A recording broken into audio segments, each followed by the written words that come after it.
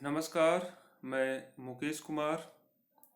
आज हम इंसोलेशन और हीट बजट, सूर्यताप और उष्मा बजट के बारे में पढ़ेंगे। साथ ही कुछ फैक्ट हैं वो भी हम जानेंगे। तो शुरू करते हैं। इंसोलेशन एंड हीट बजट, सूर्यताप और उष्मा बजट या ऊर्जा बजट। तो सामान्य रूप से देखें तो सूर्य से जो ऊर्जा हमें विकिरण के रूप में प्राप्त होती है उसे ही हम सूर्यताप कहते हैं। इसका सामान्य अर्थ शब्दों के रूप में देखा जाए तो आई एन इन वो इनकमिंग से बना है, इनकमिंग से इन लिया है।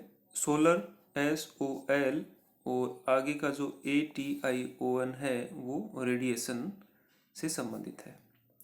तो शाब्दिक अर्थ के रूप में इनकमिंग सोलर रेडिएशन सूर्य से आने वाली किरणें जो पृथ्वी को प्राप्त होती हैं और उससे जो हमें एनर्जी, ऊर्जा, उष्मा प्राप्त होती है उसे ही हम इंसोलेशन, सूर्यताप कहते हैं। तो अलग अलग व्यक्तियों ने इसको परिभाषित किया है। हालांकि परिभाषा से संबंधित कोई क्वेश्चन है वो एग्जाम में नहीं आता है। फिर भी हम GT त्रिवार्था, जिसे जलवायु विज्ञान का जनक कहते हैं, उन्होंने कहा है लघु तरंगों के रूप में 1,86,000 मील यानी 3 लाख किलोमीटर प्रति सेकंड की गति से संचालित सौर विकिरण को सूर्यताप कहते हैं। वही सामान्य सी बात है। सूर्यताप के अध्ययन को एक्सोनोमेट्री कहते हैं। ये भी हमें ध्यान में रखना है। किरण क्रियामिति, एक्सोनोमेट्री।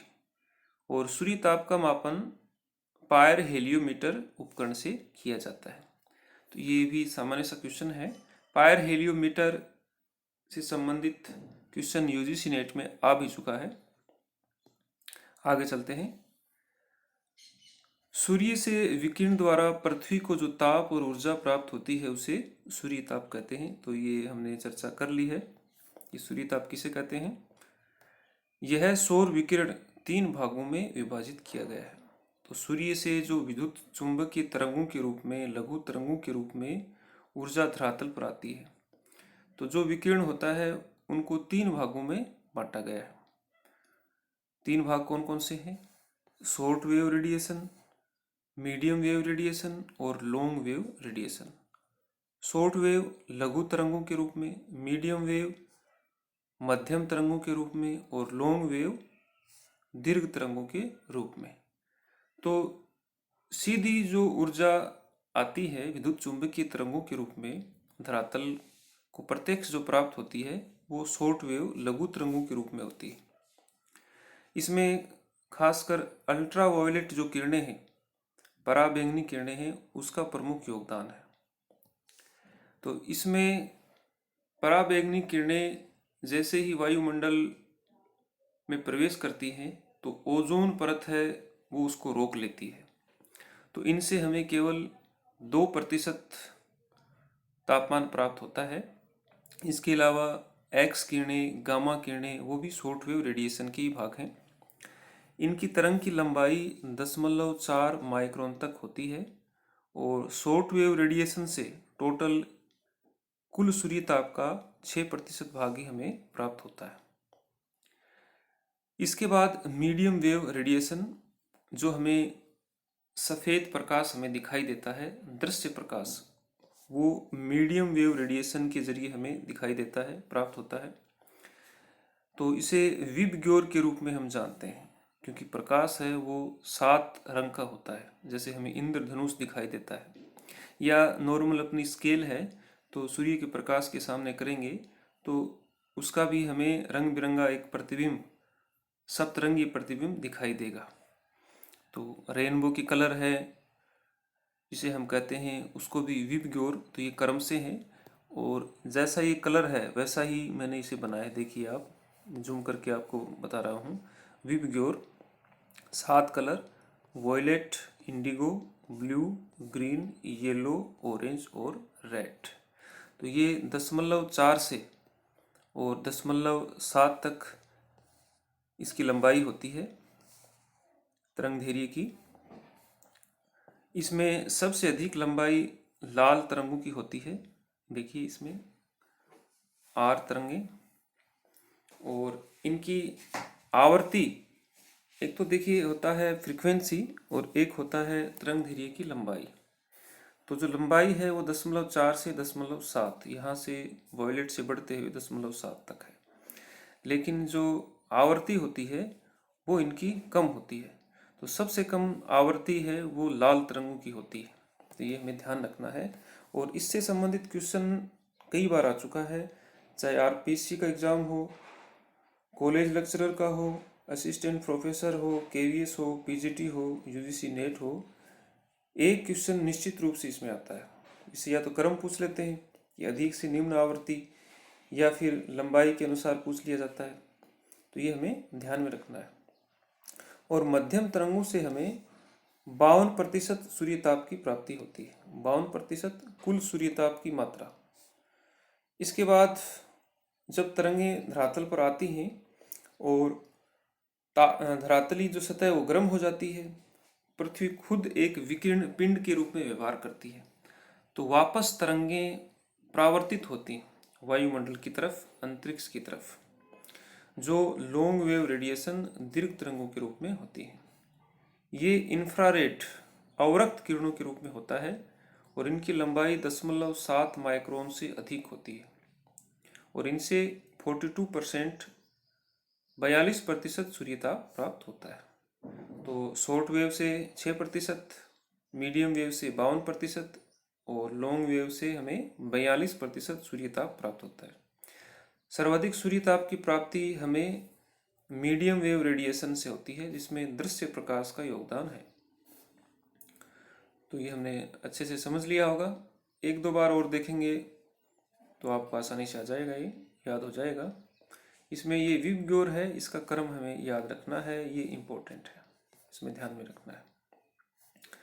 इसका जो तरंगदैर्घ्य है 0.4 से 0.7 होता है, ये भी ध्यान में रखना है। और इसमें ये भी याद रखना है कि तरंगदैर्घ्य जो लंबाई है वो जितनी अधिक होगी, आवर्ती है वो उतनी ही कम होगी, ये ध्यान में रखना है हमें।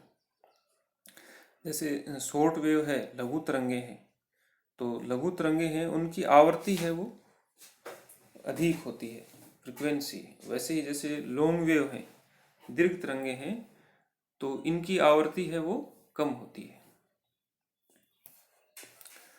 आगे चलते हैं।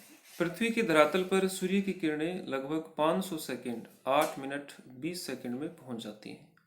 तो एक जीके का क्वेश्चन भी है, ये सामान्य सा क्वेश्चन है, कई बार एग्जाम में आ चुका है। छोटे कोई एग्जाम होती हैं तो उसमें आ जाता है। और वैसे सामान्य ज्योग्राफी के स्टूडेंट को पता भी होना चाहिए कि पृथ्वी पर सूर्य की किरणें कितने समय में पहुंचती हैं। 8 मिनट और 20 सेकंड।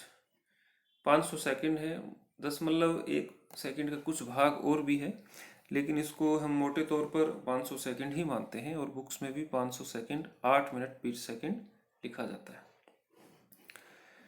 पृथ्वी की सतह के प्रति इकाई क्षेत्र पर सूर्य से प्राप्त ऊर्जा की मात्रा है वो स्थिर होती है, और इसे हम सौर स्थिरांक, सोलर कांस्टेंट कहते हैं, या इसे स्थायी सूर्यताप भी कहते हैं। कोई निश्चित क्षेत्र पृथ्वी के ऊपर मान लेते हैं, जैसे 1 वर्ग सेंटीमीटर है, और 1 वर्ग सेंटीमीटर है कोई भी भाग पृथ्वी का, और 1 मिनट में इस 1 वर्ग सेंटीमीटर में कितनी ऊर्जा सूर्य से प्राप्त हो रही है, क्योंकि वो तो फिक्स है, कितनी ऊर्जा प्राप्त होगी, स्थायी है। इसे ही सोलर कांस्टेंट, स्थायी सूर्यताप या सौर स्थिरांक कहते हैं। यह कितना होता है? यह 2 ग्राम कैलोरी प्रति वर्ग सेंटीमीटर प्रति मिनट है। 1 वर्ग सेंटीमीटर में 1 मिनट में कितनी ऊर्जा प्राप्त होती है? वो है 2 ग्राम कैलोरी। 1.94 पहले माना जाता था, लेकिन नए अनुसंधानों के बाद इसे 2 ग्राम मान लिया गया है। तो ये भी हमें ध्यान में रखना है। ये 2 ग्राम कैलोरी है।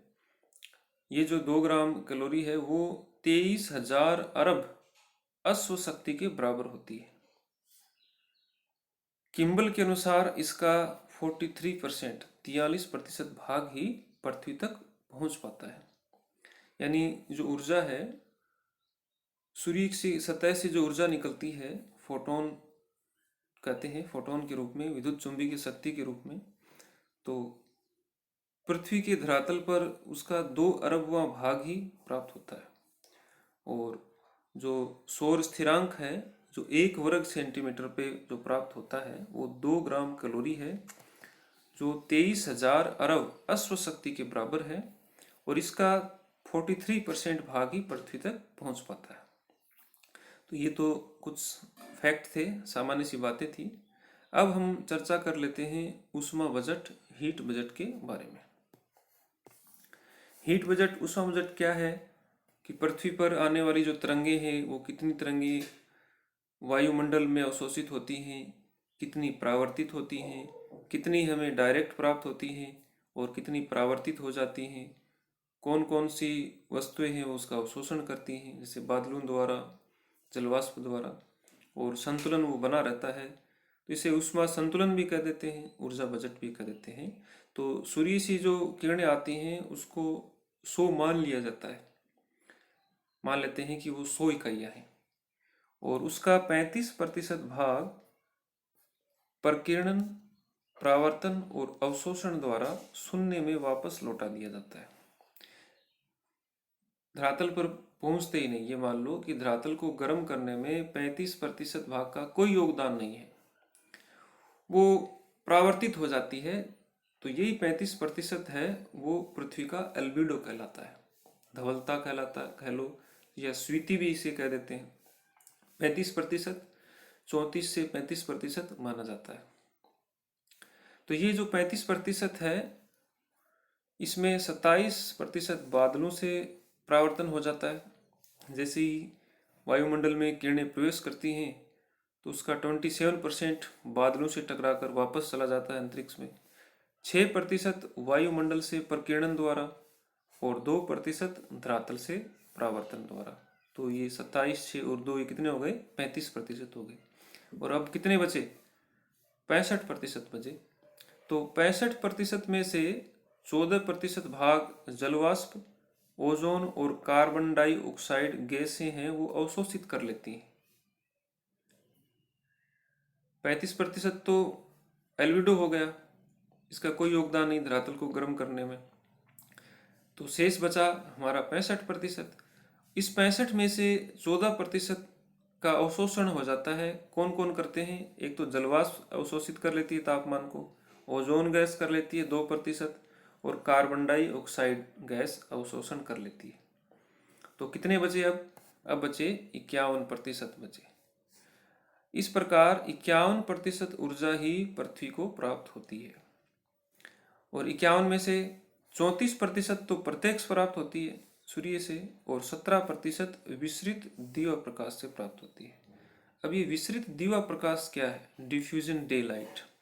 तो मैं आपको बता देता हूँ कि प्रकीर्णन से और परावर्तन के दौरान कुछ भाग ऊर्जा का पृथ्वी को प्राप्त होता है, पृथ्वी के धरातल को प्राप्त करता है, पृथ्वी के धरातल को प्राप्त होता है, इसे हम विसरित दिवा प्रकाश कहते हैं। 17 विसरित दिवा प्रकाश से हो गया, और 34 प्रत्यक्ष सूर्य से। 51% में से यही 51% भाग पृथ्वी का वास्तविक बजट है, जिसे वायुमंडल व शून्य में वापस लौटा दिया जाता है, ताकि पृथ्वी का औसत तापमान सामान्य बना रहे। ये तो था पृथ्वी का। अब थोड़ा सा वायुमंडल का ऊष्मा बजट है, वो भी देख लेते हैं। 51% में से 23% भाग का धरातल से दीर्घ तरंगों के रूप में विकिरण हो जाता है। जो 51% है उसमें 23% दीर्घ तरंगों के रूप में वापस चली जाती हैं। 9% ऊर्जा विक्षोभ व संवन में खर्च हो जाती है। 19% ऊष्मा वाष्पीकरण में खर्च हो जाती है। तो इस प्रकार ये संतुलन बन जाता है। 51% ऊर्जा प्राप्त हुई, 51% वापस नष्ट हो गई। 23% दीर्घ तरंगों के रूप में वापस चली गई। 9% ऊर्जा विक्षोभ व संवहन में खर्च हो गई और 19% वाष्पीकरण में खर्च हो गई।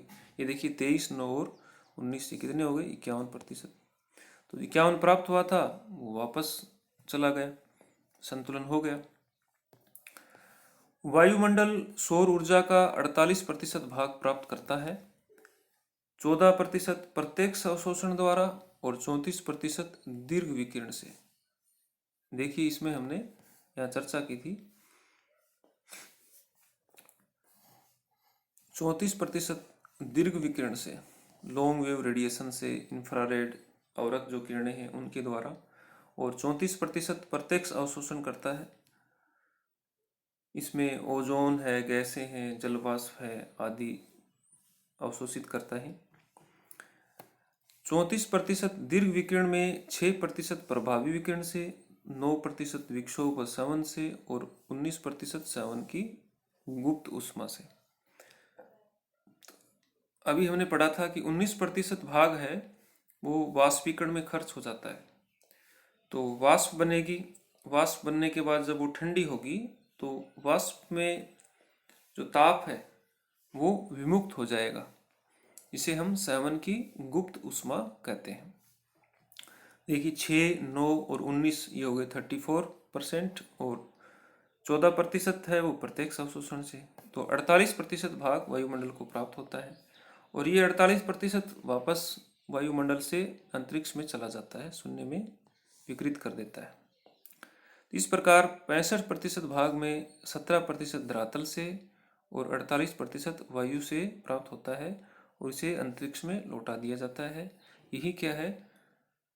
ऊष्मा बजट है, हीट बजट है। इसमें देखिए एक फैक्ट और है कि ऊष्मा बजट का कितना प्रतिशत जैवमंडल को प्राप्त होता है। तो जैवमंडल है 1% से 3% भाग ही जैवमंडल में उपयोग किया जाता है। तो ये ऊष्मा बजट है। थोड़ा सा हम ध्यान में रखेंगे तो ये हमें याद हो जाएगा। ये डायग्राम से देख लेते हैं थोड़ा सा। ये देखिए इसमें 100 इकाइयाँ मान ली गई हैं इसमें, तो 51 इकाइयाँ ही प्राप्त होती हैं हमें। इसमें पहले ही 35 इकाइयाँ परावर्तित हो जाती हैं, 35 इकाइयाँ, 6 इकाइयाँ प्रकीर्णन द्वारा और 27 इकाइयाँ, और ये परावर्तन 2 इकाइयाँ बादलों द्वारा कर ली जाती हैं। ये 6, 27 और 2 ये 35% है। और फिर इसके द्वारा ये देखिए 48% है, इसमें 14 प्रत्यक्ष अवशोषण होता है, 6 प्रभावी विकिरण, 9 विक्षोभ द्वारा, 19 संवहन की गुप्त ऊष्मा द्वारा। तो ये 34% वायुमंडल अवशोषण कर लेता है, 34 और 14 ये 48% भाग प्राप्त होता है, और 17% सीधे धरातल से प्राप्त होता है। 65 इकाइयाँ ये वापस अंतरिक्ष में चली जाती हैं। 14 इकाइयाँ हैं ये ओजोन, कार्बन डाइऑक्साइड, जलवाष्प आदि से अवशोषित हो जाती हैं। तो इस प्रकार ये ऊष्मा का संतुलन है बना रहता है। आगे चलते हैं। सूर्य ताप को प्रभावित करने वाले कारक। सूर्य की किरणें धरातल पर आती हैं तो धरातल भी हर जगह समान नहीं है। किरणों का तिरछापन, क्योंकि पृथ्वी है वो गोलाकार रूप में है, जॉइंट आकार के रूप में है, तो जहाँ सूर्य की किरणें सीधी गिरेंगी वहाँ तापमान अधिक प्राप्त होगा। सूर्य के सामने वाले भाग में सामान्य सी बात है, वहाँ दिन रहता है, तो दिन जितना ज़्यादा बड़ा होगा वहाँ तापमान ज़्यादा प्राप्त होगा। नति कोण तिरछापन ये सर्वाधिक प्रभावित करता है। दिन की अवधि विभिन्न अक्षांशों पर अलग अलग होती है, दिन की अवधि, इसकी भी चर्चा हम कर लेंगे।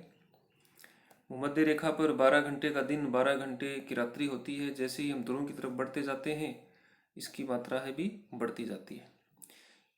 तो लगभग 66.5 डिग्री के बाद में 24 घंटे का दिन और रात्रि होना शुरू हो जाता है, और ये ध्रुव की तरफ बढ़ते बढ़ते 6 महीने का हो जाता है। पृथ्वी से सूर्य की दूरी, पृथ्वी सूर्य के चारों ओर चक्कर लगाती है तो एक बार बहुत नज़दीक होती है, जिसे कहते हैं उपसौर। 14.7 करोड़ किलोमीटर इसकी दूरी होती है, और एक बार ऐसी स्थिति आती है कि वह बहुत दूर होती है, जिसे अपसौर कहते हैं, 15.2 करोड़ किलोमीटर दूर होती है। तो 3 जनवरी को उपसौर की स्थिति, 4 जुलाई को अपसौर की स्थिति। तो इस समय 7% सूर्य ताप अधिक और कम प्राप्त होता है। इसके बाद सौर कलंक। हालांकि वर्तमान में सौर कलंकों का कोई योगदान जलवायु वेताओं ने नहीं माना है कि कोई इससे खास फर्क नहीं पड़ा, और अभी तक कोई तथ्य सामने नहीं आया है। लेकिन ऐसी गतिविधियां होती हैं कि सूर्य के ऊपर काले धब्बे दिखाई देते हैं और जिनका तापमान उनकी सतह से कम होता है। प्रत्येक 11 वर्ष बाद इस प्रकार की स्थिति होती है, सनस्पॉट, सौर कलंक के जो धब्बे दिखाई देते हैं। लेकिन अभी नासा की रिपोर्ट में मैंने पढ़ा था कि 15 साल हो गए हैं, अभी तक कोई सनस्पॉट है वो दिखाई नहीं दिए हैं। वायुमंडल की पारदर्शिता।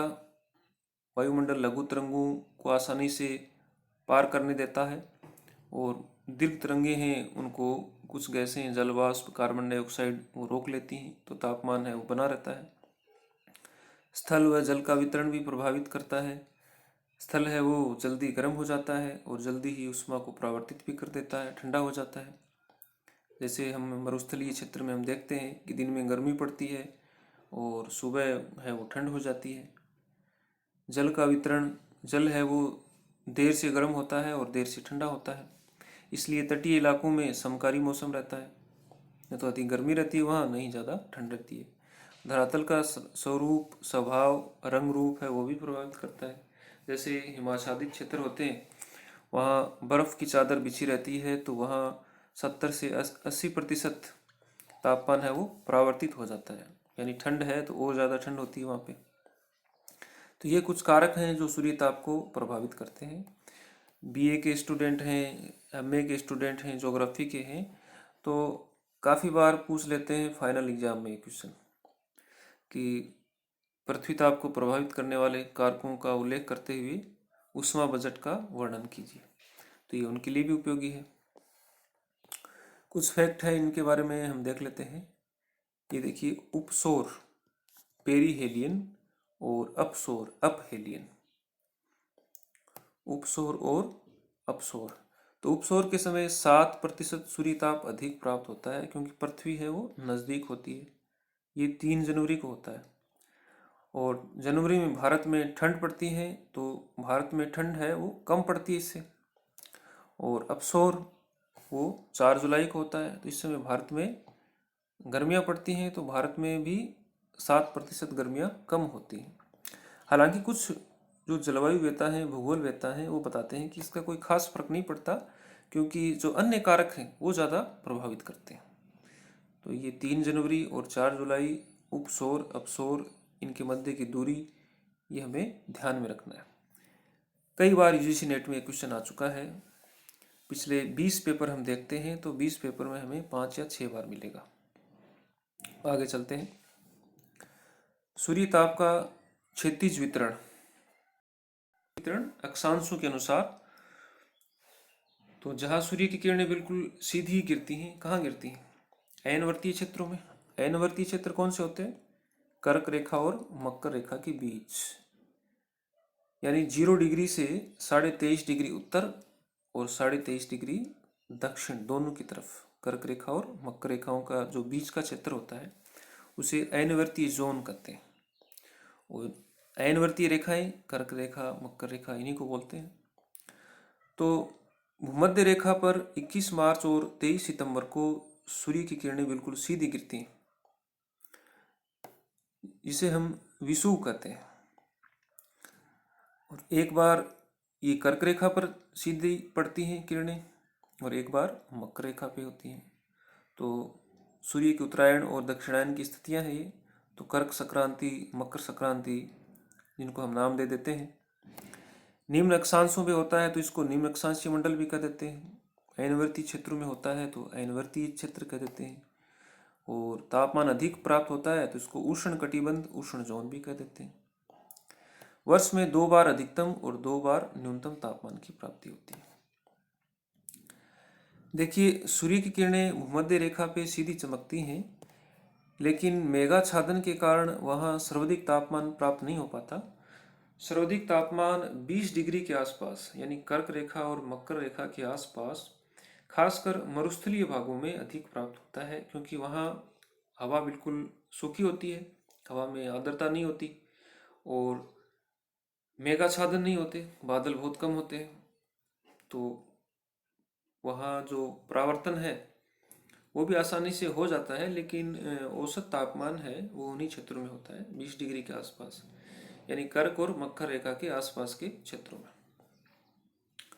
दूसरा है मध्य अक्षांशीय, ये कर्क और मकर रेखाओं से आर्कटिक वर्त और अंटार्कटिक वर्त के मध्य, इसको उपोष्ण जोन भी कह देते हैं। ये 23.5 डिग्री उत्तर से दक्षिण की ओर 66.5 डिग्री उत्तरी और दक्षिणी अक्षांशों के बीच में फैला। तो 66.5 डिग्री जो उत्तरी भाग है उसको कहते हैं आर्कटिक सर्किल, और 66.5 डिग्री दक्षिणी अक्षांश है उसको कहते हैं अंटार्कटिक सर्किल। तो कर्क और मकर रेखाओं के बीच का भाग है ये मध्य अक्षांशीय क्षेत्र भी इसे कहते हैं, उपोष्ण जोन भी कहते हैं। तो यहाँ वर्ष में एक ही बार अधिकतम और न्यूनतम तापमान की प्राप्ति होती है। कब होती है? जब कर्क रेखा और मकर रेखाओं पर सूर्य की किरणें सीधी गिरती हैं। तीसरा क्षेत्र है वो है उच्च अक्षांशीय क्षेत्र, ध्रुवों की तरफ आर्कटिक और अंटार्कटिक सर्किल से 66.5 डिग्री उत्तरी और दक्षिणी अक्षांश से ध्रुवों तक फैला है। इसे शीत जोन भी कहते हैं, क्योंकि तापमान बहुत कम रहता है, हमेशा ठंड पड़ती है। यहाँ भी वर्ष में एक बार अधिकतम और न्यूनतम सूर्यताप की प्राप्ति होती है। तो ये 3 भागों में से बांट दिया गया है। कुछ फैक्ट और देख लेते हैं। देखिए, विभिन्न अक्षांशों पर भूमध्य रेखा से उत्तर व दक्षिण की ओर सूर्यताप की मात्रा है वो कम होती जाती है, क्योंकि सूर्य की किरणों का तिरछापन है वो बढ़ता जाता है, और हमें पता है कि तिरछी किरणें हैं वो अधिक स्थान को घेरेंगी तो तापमान कम प्राप्त होगा। ये देखिए 0 डिग्री अक्षांश पर 100% है, 10 डिग्री पे 99% है, 20 डिग्री पे 95% सूर्यताप प्राप्त होता है, 30 डिग्री पे 88%, 40, 50, 60, और ये देखिए ध्रुवों की तरफ जाते तापमान 42% ही प्राप्त होता है। तो ये कि 0 डिग्री भूमध्य रेखा से और 90 डिग्री तक आधे से भी कम तापमान प्राप्त हो रहा है। अब देखिए बात करें तो हम 66.5 डिग्री आर्कटिक सर्किल से संबंधित बात करते हैं, तो वहाँ पे लगभग 60% के आसपास ही तापमान हमें प्राप्त होता है। तो एक क्वेश्चन है वो बन जाता है इससे संबंधित, और ये KVS, TGT, PGT के एग्जाम में, नवोदय विद्यालय के एग्जाम में ये क्वेश्चन आते भी हैं, लगभग हर बार आता है ये क्वेश्चन, तो इसको थोड़ा सा ध्यान में रखना है हमें। इसको आप जैसे 0 और 10 में तो लगभग 100% है ही, तो आप इस प्रकार याद कर सकते हैं 20, 30, 40, 50, 60, 70 इस हिसाब से, और 95, 88, 79, 68, 57 जैसे कि मोबाइल नंबर हो इस हिसाब से 10-12 अंकों को एक साथ ले लीजिए, और मोबाइल के हिसाब से मोबाइल नंबर हो जैसे किसी के, उस हिसाब से इसको बार बार पढ़िए, या अपने मोबाइल में सेव भी कर सकते हैं, फिर ये याद भी हो जाएगा। क्योंकि 0 डिग्री और 10 डिग्री तो लगभग 100% है ही, उसके बाद 20 डिग्री से शुरू करेंगे, 20, 30, 40, 50, 60, 70 इस प्रकार से याद हो जाएंगे। तो एक क्वेश्चन है वो आसानी से हल कर पाएंगे। आगे चलते हैं। अब थोड़ा सा अल्बिडो के बारे में देख लेते हैं। इससे संबंधित भी एक क्वेश्चन आता है, लगभग हर बार आता है। अल्बिडो, इसको धवलता या स्वीति भी कहते हैं। अल्बिडो क्या है? सूर्य की किरणें धरातल पर प्राप्त होती हैं और बिना गर्म के ही उसे वापस ज्यों की त्यों चली जाती हैं, तो वो क्या है? परावर्तन होता है, शून्य में चली जाती हैं, वही क्या है? अल्बिडो है। परावर्तित सूर्यताप को अल्बिडो कहते हैं। सूर्यताप की वह मात्रा जो किसी सतह से टकराकर वापस शून्य में चली जाती है, तो वो क्या है? अल्बिडो, स्वीति या धवलता कहलाती है। तो ये तालिका दी गई है जिसमें धरातल का अल्बिडो दिया है अलग अलग भागों में। इसमें इसको देखेंगे हम। सबसे ताज़ा हिम होती है, बहुत ही वाइट होती है, और जैसे ही प्रकाश गिरता है वो परावर्तित होकर वापस चला जाता है, बहुत कम ही धरातल को प्राप्त होता है। ताज़ा हिम, उसके बाद स्थायी हिम और हल्के बादल, गहरे बादल, इनका प्रमुख योगदान है सबसे ज़्यादा परावर्तन में। तो इसीलिए देखिए जहाँ गर्मी ज़्यादा गिरती है वहाँ घर की जो कलरिंग है, घर का जो कलर है वो वाइट होता है, ताकि ज़्यादा तापमान का अवशोषण ना हो। और इसीलिए अरब कंट्री में जहाँ ज़्यादा गर्मी है, मरुस्थलीय भागों में, वहाँ ज़्यादातर लोगों की वेशभूषा है वो बिल्कुल वाइट होती है। 90% से ज़्यादा लोग वाइट ड्रेस पहनते हैं, क्योंकि वाइट कलर है वो तापमान को परावर्तित करता है, और गहरा कलर होगा वो अवशोषण करेगा। इसके बाद देखिए वन है, वन है बहुत ही कम परावर्तित करते हैं, और अर्ध धरातल है बहुत कम परावर्तित करता है। घास, रेत ये भी कम करते हैं। शुष्क धरातल है। सबसे ज़्यादा ताज़ा हिम, उसके बाद स्थायी हिम, और ये हल्के बादल, गहरे बादल, चार का प्रमुख योगदान है। तो ये आरोही अवरोही क्रम में क्रम पूछ लिया जाता है, या सुमेलित वाला क्वेश्चन इससे बनता है। लगभग हर बार, हर साल यूजीसी नेट के एग्जाम में क्वेश्चन आता है। पिछले 20 साल के क्वेश्चन अगर हम देखेंगे तो साल में किसी न किसी एक एग्जाम में ये क्वेश्चन निश्चित रूप से मिलेगा। आगे चलते हैं। विसरित दीवा प्रकाश, डिफ्यूज डे लाइट क्या है? मैंने पहले भी आपको बताया था। प्रकीर्णन व परावर्तन के कारण वायुमंडल से कुछ सूर्य ऊर्जा पृथ्वी की सतह पर पहुंचती है, जिसे विसरित दीवा प्रकाश कहते हैं, डिफ्यूज डे लाइट। प्रकीर्णन होता है प्रकाश का, और परावर्तन होता है, उसके द्वारा कुछ प्रकाश पृथ्वी को प्राप्त होता है, जिसको डिफ्यूज डे लाइट कहते हैं। अब इससे संबंधित प्रश्नोत्तर हैं वो कर लेते हैं। हालांकि देखिए और बहुत से फैक्ट हैं, बहुत से तथ्य हैं जिनका वर्णन हम नहीं कर पाएंगे, क्योंकि संभव नहीं है कुछ समय में करना, और आप भी इतने समय में याद नहीं रख पाओगे। ज़्यादा वीडियो बड़ा हो जाता है तो वो बोरियत होने लगती है, क्योंकि दिमाग की क्षमता होती है, उसके बाद वो याद नहीं रख पाएगा। जैसे कोचिंगों में कई बार 6-6, 7-7 घंटे की क्लासें होती हैं, तो भले ही हम वहाँ बैठे रहते हैं, लेकिन प्रत्यक्ष रूप से हमारा दिमाग वहाँ नहीं होता है। 1 घंटे के बाद कुछ एनर्जी की आवश्यकता महसूस होती है, कुछ स्टूडेंट्स को 2 घंटे के बाद। तो ये एवरेज आता है 1.5 से 2 घंटे के बाद। अगर बीच में कुछ ब्रेक न हो, जैसे पानी पी लिया या कुछ चाय, कॉफ़ी या जो भी जूस आप पीते हो, तो थोड़ी सी एनर्जी मिल जाती है। उसके बाद ही हमारा दिमाग या मस्तिष्क का कार्य करना प्रारंभ करता है।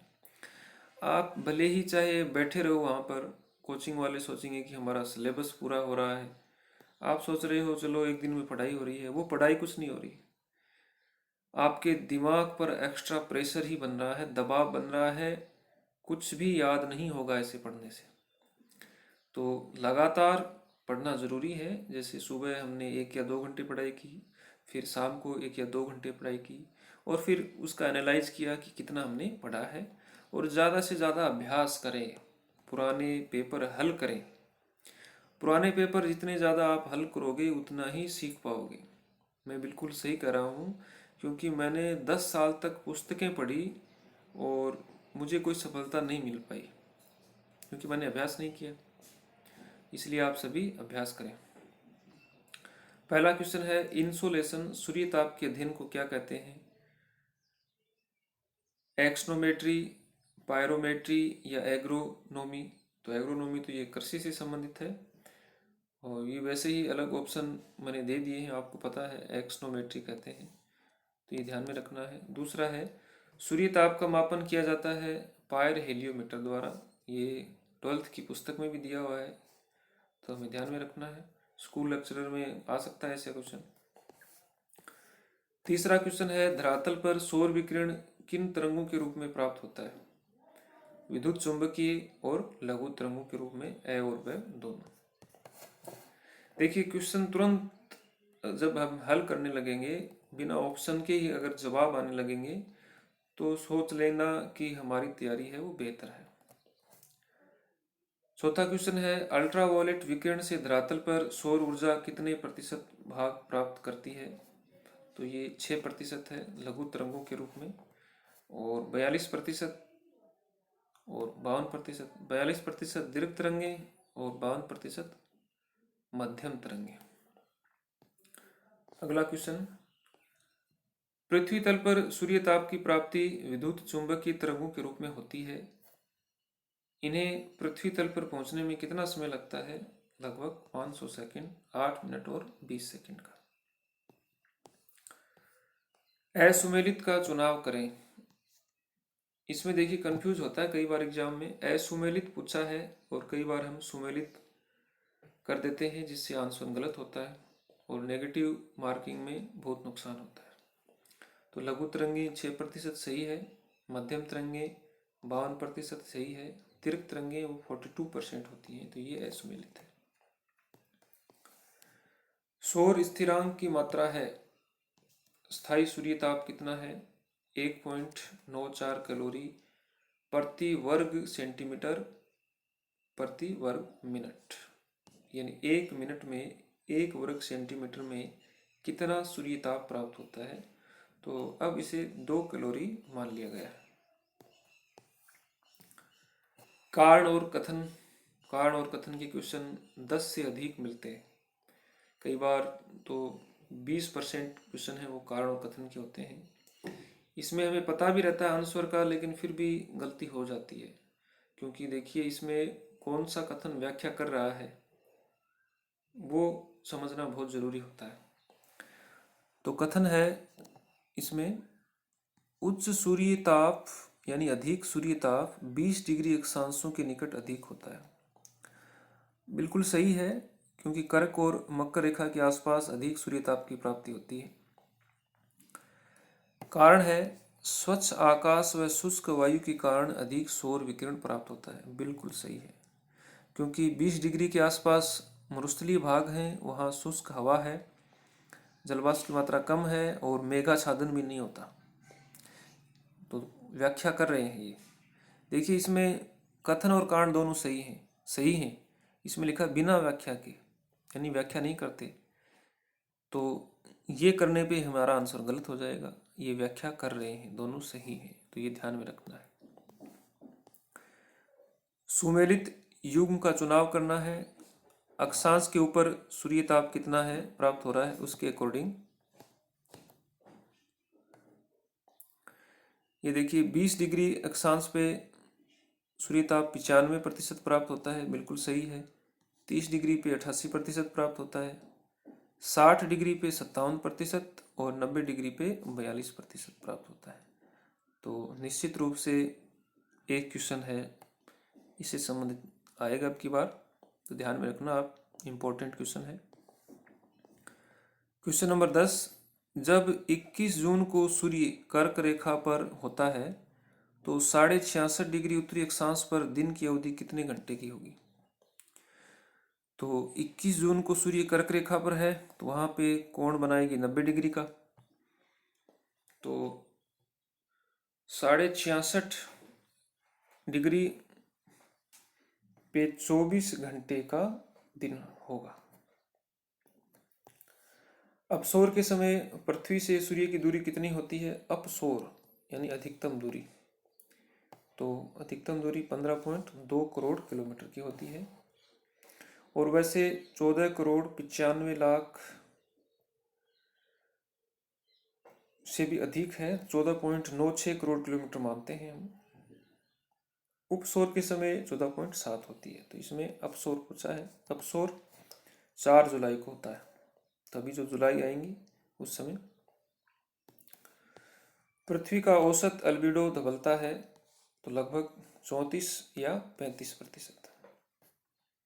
13 का क्वेश्चन, बसंत विषुव का मतलब भूमध्य रेखा पर सूर्य की किरणों का सीधा गिरना या सूर्य की स्थिति भूमध्य रेखा पे होना। स्प्रिंग इक्विनोक्स ये कब होता है? 21 मार्च को होता है, क्योंकि फरवरी मार्च में बसंत ऋतु होती है, खासकर फरवरी में, तो इसको बसंत विषुव कहते हैं। पार्थिव विकिरण होता है। पार्थिव विकिरण क्या होता है? जब तरंगे लघु तरंगों के रूप में पृथ्वी की तरफ आती हैं, धरातल गर्म होता है और वापस दीर्घ तरंगों के रूप में जाती हैं, तो ये क्या है? पार्थिव विकिरण। तो ये होता है अवरक्त किरणों द्वारा, इंफ्रारेड किरणों द्वारा। अगला क्वेश्चन, 21 जून को जब सूर्य की किरणें कर्क रेखा पर 90 डिग्री का कोण बनाती हैं तो 66.5 डिग्री उत्तरी अक्षांश पर कितनी डिग्री का कोण बनाएंगी? ये देखिए इंडेक्स में देख के भी बता सकते हैं हम। 66.5 डिग्री अक्षांश पे कितनी डिग्री का कोण बनाएंगी? ये कर्क रेखा पे है, यहाँ पे 90 डिग्री का, तो यहाँ पे कितने का बनेगा? 47 डिग्री का बनेगा। और भूमध्य रेखा पे इस समय भूमध्य रेखा पे 66.5 डिग्री का कोण बनेगा और मकर रेखा पे 43 डिग्री का कोण बनेगा। तो ये 3-4 फैक्ट हमें याद रखने हैं। एक तो 47 डिग्री, एक 66.5 डिग्री और एक 23.5 डिग्री। तो यही इस प्रकार कर्क रेखा और जब मकर रेखा पे होगा यहाँ पे, तो देखिए यहाँ पे 90 डिग्री है, तो यहाँ कोण कितना बनेगा? अब कोण बनेगा यहाँ पे 43 डिग्री का और यहाँ पे 47 डिग्री का दक्षिणी भाग में, इसमें यहाँ पे। तो ये ही इन्हीं का क्रम है, वो चेंज हो जाता है। तो इसमें होगा 47 डिग्री। तो एक क्वेश्चन निश्चित रूप से आता है, अब की बार जब यूजीसी नेट का आप एग्जाम देने जाएंगे तो उसमें निश्चित रूप से आना चाहिए सूर्य की किरणों के कोण और तापमान कितना प्राप्त होता है उससे संबंधित है। अगला क्वेश्चन, उपसौर व अपसौर के समय सूर्य ताप में भिन्नता होती है। पेरीहेलियन और अपहेलियन। तो उपसौर है वो नजदीक होगा तो अधिक प्राप्त होगा, और अपसौर का अर्थ है दूर, तो कम प्राप्त होगा। तो ये भी ध्यान में रखना है। उष्णकटिबंधीय क्षेत्रों में धरातल पर सूर्य ताप की मात्रा होती है, तो ये 320 वाट प्रति वर्ग मीटर होती है, और ध्रुवीय क्षेत्रों में ये 70 वाट ही होती है। देखिए कितना अंतर है ध्रुवीय क्षेत्र में, क्योंकि ध्रुवीय क्षेत्रों में 42% ही सूर्य ताप प्राप्त होता है और उष्णकटिबंधीय क्षेत्रों में अधिक प्राप्त होता है, 90 डिग्री से भी अधिक। तो 320 वाट प्रति वर्ग मीटर, 90% से भी अधिक प्राप्त होता है। 18 का क्वेश्चन देखते हैं, इसमें अल्बिडो और धरातल सुमेलित करना है। तो ताज़ा हिम है वो सबसे अधिक अल्बिडो स्फीति या धवलता से संबंधित है, इसमें दूसरा आएगा। घने बादल 50 से 80, रेत है वो 20 से 30% और वन 5 से 10%। तो इसमें दूसरा ब का आंसर होगा। 19 का क्वेश्चन है, उपसौर के समय जनवरी में तापमान कितना अधिक है? तो ये 4 डिग्री सेल्सियस अधिक होता है। विभिन्न अक्षांशों पर दिन की अवधि के युग में से असुमेलित को पहचानना है। तो ये आप हमेशा ध्यान में रखना, नहीं है ये सुमेलित है या असुमेलित है। तो असुमेलित का मतलब गलत कौन सा है? 17 डिग्री अक्षांश पे 13 घंटे का दिन होता है, सही है। 31 डिग्री अक्षांश पे 14 घंटे का, 63 डिग्री अक्षांश पर 20 घंटे का और 83 डिग्री अक्षांश पे 48 घंटा, ये गलत है, बाकी सारे सही हैं। देखिए इसमें 8 डिग्री 4 से 37 डिग्री 6 उत्तरी अक्षांश के मध्य भारत की स्थिति है। तो अपने यहाँ पे लगभग 13-14 घंटे का दिन हो जाता है। 21 का क्वेश्चन, पृथ्वी के कितने प्रतिशत भाग पर वाष्पीकरण कितने प्रतिशत भाग का वाष्पीकरण पर खर्च होता है? तो ये ऊष्मा बजट से संबंधित है कि ऊष्मा बजट का कितना प्रतिशत वाष्पीकरण पे खर्च होता है। तो ये 19% भाग वाष्पीकरण पे खर्च हो जाता है। सूर्य ताप के कितने प्रतिशत भाग का वायुमंडल द्वारा अवशोषण होता है?